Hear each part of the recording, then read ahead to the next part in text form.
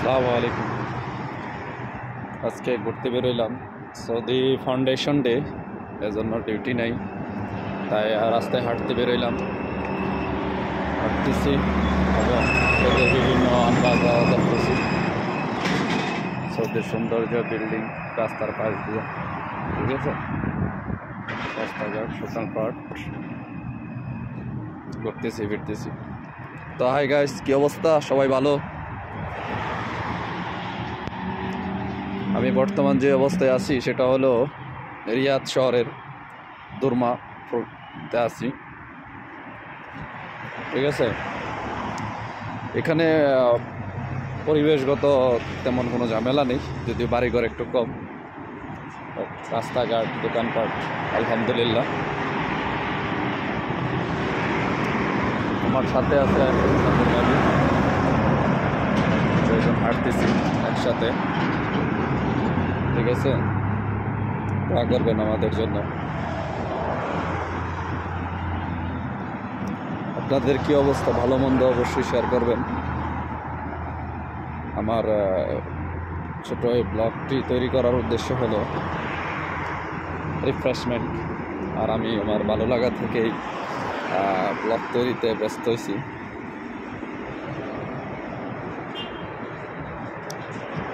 যাই হোক, সবার প্রতি অকৃত্রিম ভালোবাসা।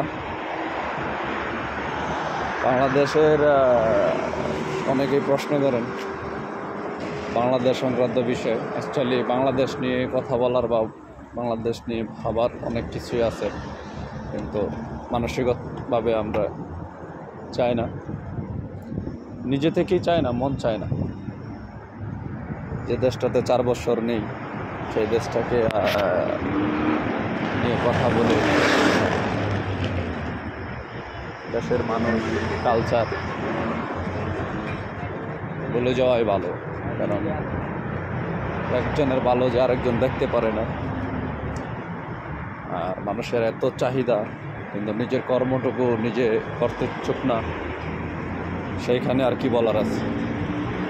আগে চেষ্টা করতে হবে, চেষ্টা করার পরে যদি ব্যর্থ, তাহলে কারো হেল্প নেওয়া যায়, কিন্তু এখানে তো মানুষের চেষ্টাই নেই।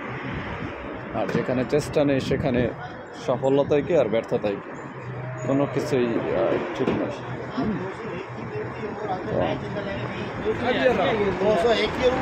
এইসব অবস্থা বাংলাদেশে, তাই কথা বলি না।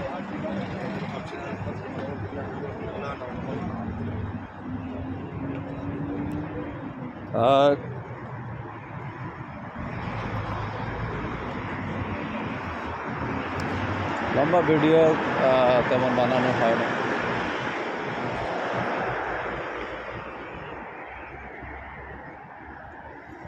হাঁটতেছি তো দুইজন, এই যে বাংলাদেশের বাঙালি হোটেল আসছিলাম, যে মনে আছে তোমাকে নিয়ে আসছিলাম যে একদিন,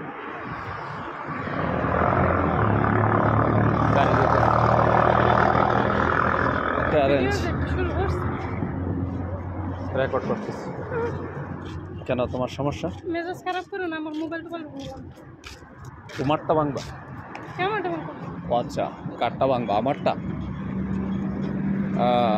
ওকে।